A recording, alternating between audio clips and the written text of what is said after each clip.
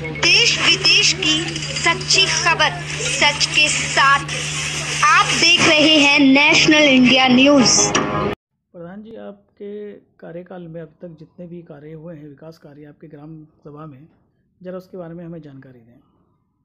जी, हमारे ग्राम सभा जयनगर में जैसे कि अभी हमने 3 सीसी रोडों का निर्माण करवाया है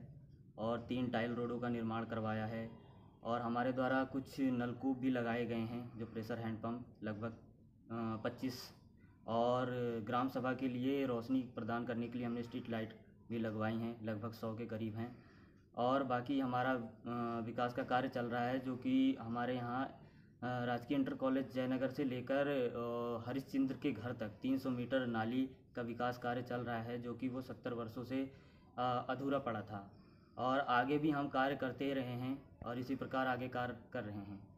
और आने वाले समय में क्या क्या कार्य और आपके माध्यम से होंगे? जी, आने वाले समय में स्वच्छता से रिलेटेड हमारा मेन प्रोजेक्ट अभी पास हुआ है, जिसमें कि हमें जो गाँवों में गंदगी कूड़ा कचरा वगैरह होता है, उसके लिए डस्टबिन वगैरह हमने मंगवा रखी हैं। और इसके लिए क्योंकि नगर पालिका रुद्रपुर जो है, जहाँ पे कचरा फेंका जाता है, उन्होंने हमें अनुमति प्रदान नहीं की है, इसलिए हम सरकार के द्वारा अपने यहाँ पर जो भी सिंचाई विभाग की ज़मीन है, जो भी गवर्नमेंट के अंतर्गत आती है, वो एक ज़मीन का हम लगभग 1000 वर्ग फुट लेंगे एरिया, जिसमें हम एक शेड लगाएंगे, जहाँ पर हम कचरा ले जाकर निस्तारण करेंगे और वह कचरा विभिन्न स्थानों पर चला जाएगा। जो उपयोगी चीज़ें होंगी उससे बनने की वो बन जाएंगी और बाकी चीज़ें जो वेस्ट मटेरियल बचेगा उसको अलग संस्थान पे ले जाया जाएगा। और कोविड-19 में बहुत से मजदूर वर्ग बेरोजगार हुए थे, उसमें आपने क्या क्या किया? जैसे कि कोरोना महामारी तो आज बहुत दिनों से चलते ही आ रही है हमारे यहाँ, और शुरू में जब ये स्टार्टअप हुई थी तो यहाँ पर बहुत लोगों को परेशानी और दिक्कतों का सामना करना पड़ा था, जिसमें हम लोगों ने घर घर जाके सबको सचेत किया था कि कोरोना से हमें कैसे लड़ना है, कैसे बचाव करना है, डेली सैनिटाइज करते रहना चाहिए, साबुन से हाथ धोइए, किसी के संपर्क में नहीं मत आइए।